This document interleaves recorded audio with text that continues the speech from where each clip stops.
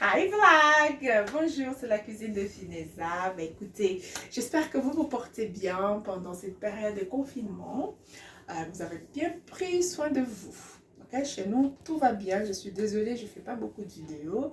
Ben, j'étais en mode confinement, hein.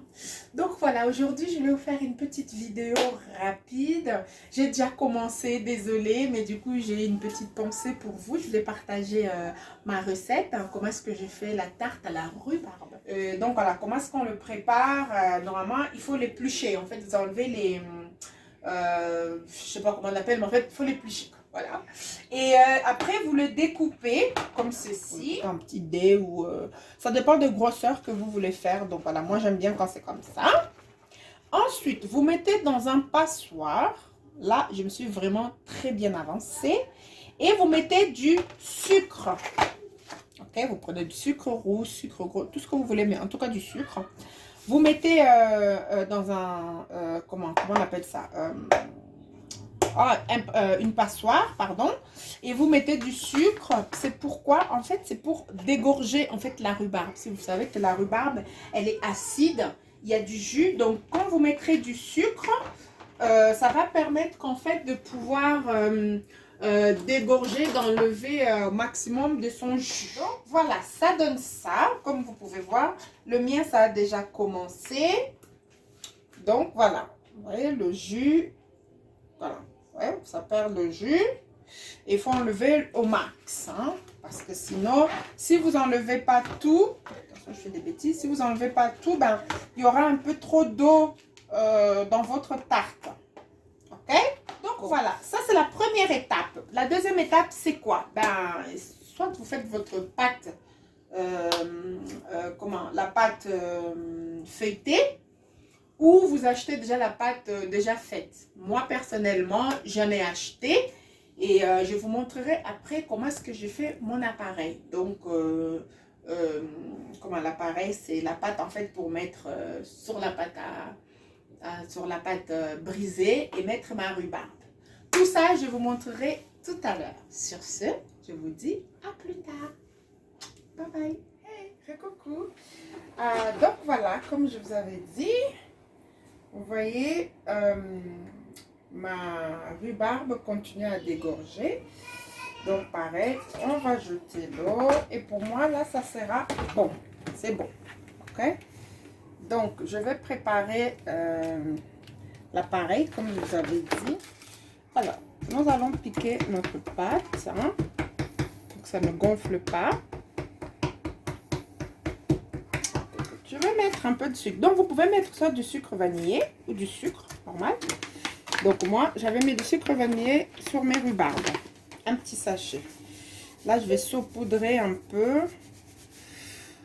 Je vais saupoudrer un peu de sucre.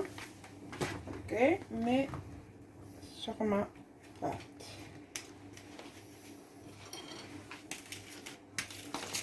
Nous avons disposé, donc j'ai enlevé un peu, c'était trop. Donc voilà, vous pouvez encore saupoudrer parce que c'est vraiment, vraiment juste un tout petit peu, hein. Voilà, comme ceci. Ensuite, j'ai besoin de la mascarpone, un peu de crème, j'ai besoin des 2 œufs, de sucre vanillé et je vais mettre encore, allez, 100 g de sucre à peu près, hein, un bol d'oiseau, je sais pas comment. Et je mettrai une cuillère à soupe de noix de coco. La mascarpone. 2 œufs entiers, bien sûr, sans mettre la coquille. Voilà. Et ensuite, je mets le restant de crème et de sucre vanillé.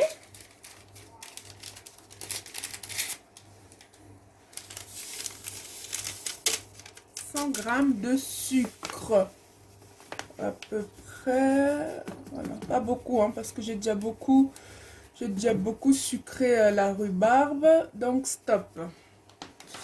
Voilà, 1 à 2 cuillères de la noix de coco.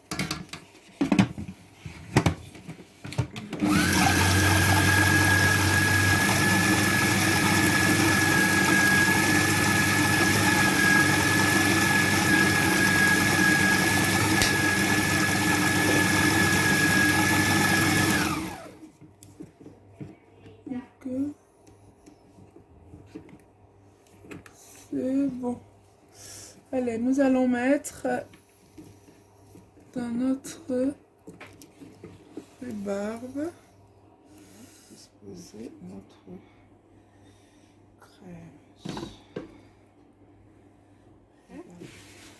Et pour terminer, on va repoudrer de sucre. Juste un tout petit peu, hein, pour que ça soit, quand ça va cuire, ça sera doré. Vous pouvez mettre le sucre, à la fin comme ça, vous pouvez mettre du sucre roux. Comme ça va être bien doré. Et nous allons porter, on va le mettre au four. Voilà. À 180 degrés pour 40-45 minutes à vérifier. Donc, notre tarte à la rhubarbe est prête à être enfournée. Je vous dis à tout à l'heure.